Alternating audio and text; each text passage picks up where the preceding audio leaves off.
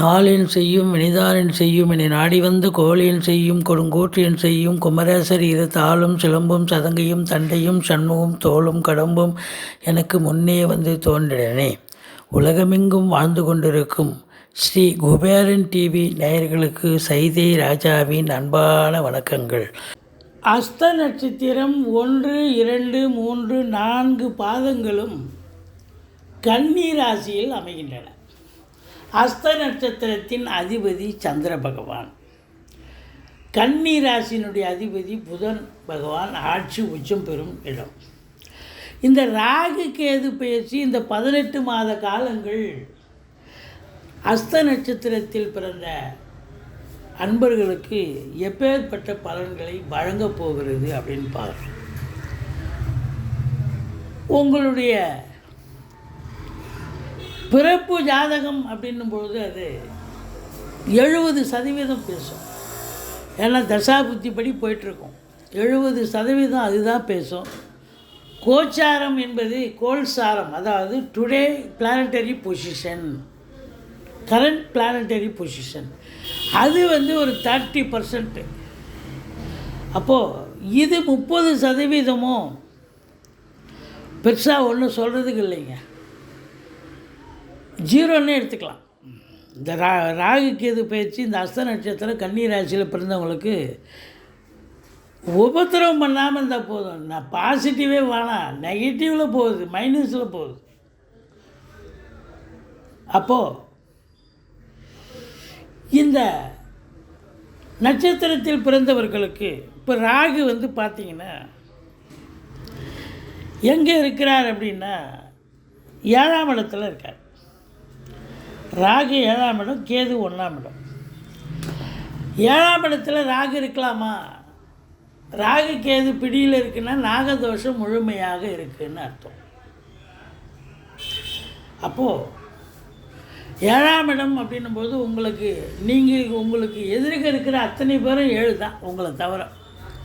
கணவன், மனைவி, நண்பர்கள், உறவினர்கள், கூட்டாளிகள், யாரை வேணா எடுத்துங்க, அக்கம் பக்கத்தில் இருக்கிறவங்க, ஆஃபீஸர்ஸ், கொலிக்கு, எல்லாம் உங்களுக்கு எதிர்க்க இருக்கிற அத்தனை பேரும் 7 தான்.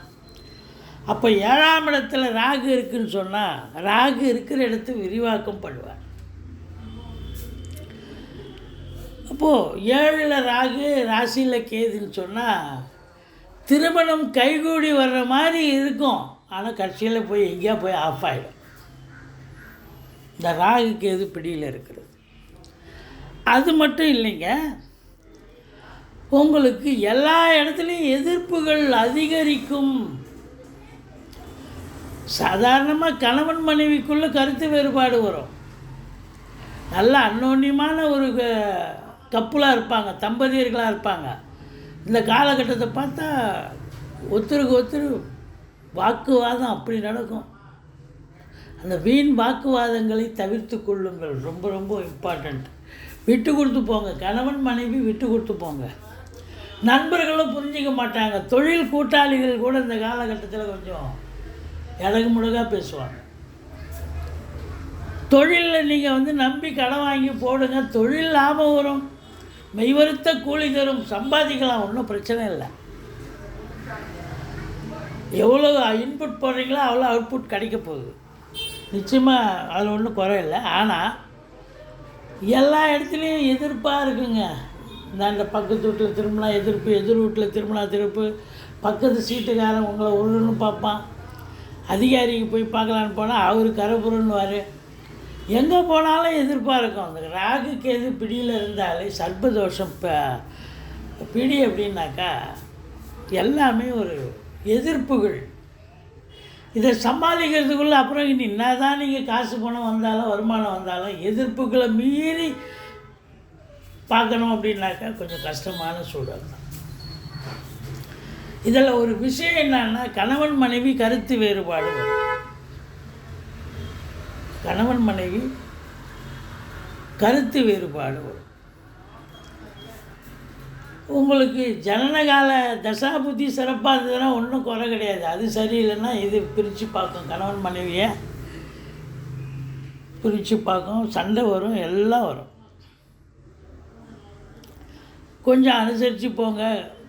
பஞ்சாயத்து வரும், போலீஸ் ஸ்டேஷன் போகணும், கோர்ட்டுக்கு போகணுன்ற ஒரு நிலை கூட ஒரு சிலருக்கு அதிகபட்சமாக வரலாம். எல்லாருக்கும் வராது.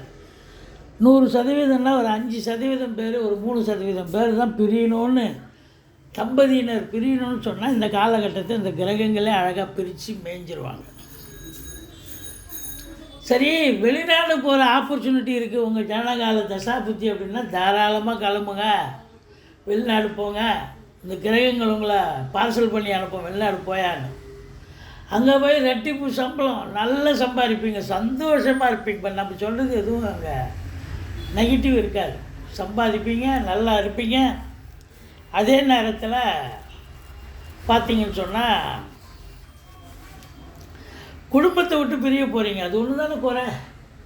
படிக்கிறதுக்கு போகலாம், உயர்கல்வி, அதான் உயர்கல்விக்கு போகலாம், இல்லை உத்தியோகத்துக்கு போகலாம், இல்லை தொழில் பண்ணுறதுக்கு போகலாம். எதுக்கு சென்றாலும் குடும்பத்தை விட்டு பிரிய வேண்டிய சூழ்நிலை வரும். அதுவே ஒரு பிரிவினை தானேங்க. ஆனால் சம்பாத்தியம் நல்லா ரெட்டிப்பு சம்பளம் இருக்கும், சம்பாத்தியம் இருக்கும், ஒன்றும் குறை இல்லை. அப்போ வெளிநாடு போயிட்டீங்கன்னு சொன்னால் எல்லோரும் போக முடியுமாண்ணா? உங்கள் ஜனகால தசாபுத்தியில் ஒரு அமைப்பு இருக்குது, போகணும்னு இப்போது இருந்தால் தான் போக முடியும். அதுவும் என்ன, ஒரு 100% பேரில் ஒரு 5% பேருக்கு ஒன்றா வெளிநாடு போகிறதுக்கு ஆப்பர்ச்சுனிட்டி வரலாம். ஏன்னா காலதசை வருத்தமானம் இருக்குல்ல. 10 வயசு குழந்தை இருப்பான், அவன் எப்படி வெளிநாடு போவான்? ஒரு 20 வயசு பையன் மேல்படி படிப்பு போகலாம், ஒரு 30 வயசு ஆள் சம்பாத்தியத்துக்கு போகலாம், தொழிலுக்கு போகலாம். ஒரு 50 வயசுக்கு மேலே இருக்கிறவங்க வெளிநாடு எதுக்கு போக முடியும்? ஆன்மீகத்துக்கு கோயில் குளம்னு போக வேண்டியது தான். இப்படி தான் வரும். 7ஆம் இடத்து ராகு கொஞ்சம் நன்மையை செய்கிறாரோ இல்லையோ, தீமைகள் நிறைய செய்வார். ஆனால் மெய்வருத்த கூலி தரும். என்ன தான் நீங்கள் சொந்த தொழில் பண்ணுறீங்க, உத்தியோகம் பண்ணுறீங்க, பாருங்கள் எங்கே பார்க்க போகிறார் பாருங்கள். ராகு உங்களுக்கு 5ஆம் இடத்தை பார்ப்பார். பூர்வீகத்தில் பிரச்சனையை கொண்டாடுவார்.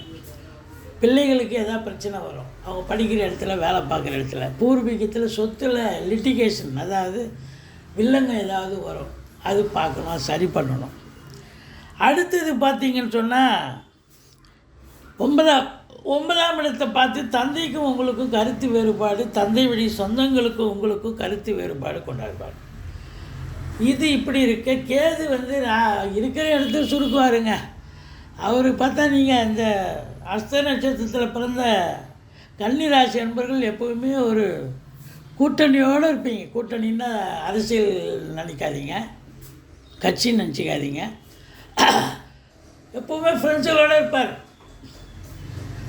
ஆஃபீஸ்லேயும் சரி, வெளியில் வந்தாலும் சரி, ஃப்ரெண்ட்ஸுங்க சகாக்களோடு இருப்பார். ஆனால் இப்போ பார்த்தீங்கன்னா ஃப்ரெண்ட்ஸுங்க இருப்பாங்க, இவர் தனியாக போவார், தனி ட்ராக்கில் போவார். என்னையா அப்படின்னா தனிமை விரும்பி, ஏகாந்தம் விரும்பி. இப்போத்தி சூழ்நிலை அப்படி தான் இருக்கும் அப்படின்ற மாதிரி. ஒரு 60 வயசுக்கு மேலே இருக்கிறவங்க ஆன்மீகம், கோயில் குளம்னு போகலாம். பார்வை அப்படின்னா 3-11 பார்வை இருக்குது அப்படின்னு சொன்னால் உங்களுக்கு 11ஆம் இடத்தை பார்த்து மூத்த சகோதரத்துக்கும் உங்களுக்கும் கருத்து வேறுபாடு வரும். வர்ற லாபம் வர்றதுக்கு ஏற்ற அளவில் இருக்கும், கைக்கு வராது. 3ஆம் இடத்தை பார்ப்பார். இளைய சகோதரத்துக்கும் உங்களுக்கும் கருத்து வேறுபாடு வரும். எந்த ஒரு காரியத்தை எடுத்தாலும் அது பெருசாக எடுத்தோமா முடிச்சோமான்னு பண்ண முடியாது. அதில் லிட்டிகேஷன், அதில் தடங்கல்கள் வரும். ஸோ கேது ராசியில் இருந்தால் ஆன்மீகத்தை தான் கொடுப்பார்ப்பா, காசு பணத்தை கொடுக்க மாட்டார். அதுவும் 50 வயசுக்கு மேலே இருக்கிறவங்க தான் கோயில் குளம்னு போவாங்க. இதனால் ராகு கேதுக்கு நீங்கள் பிரீத்தி பண்ணுங்க. காளகஸ்தி, கீழ்பெரும்பள்ளம், திருப்பாம்பரம், திருநாகேஸ்வரம் கோயிலுக்கெல்லாம் போயிட்டு வாங்க. ஓரளவுக்கு தலைக்கு வர தலைப்பாயிட போகும். ராகுக்கு ஞாயிற்றுக்கிழமை, செவ்வாய்க்கிழமை துர்க்கைக்கு வழக்கு போடுங்க.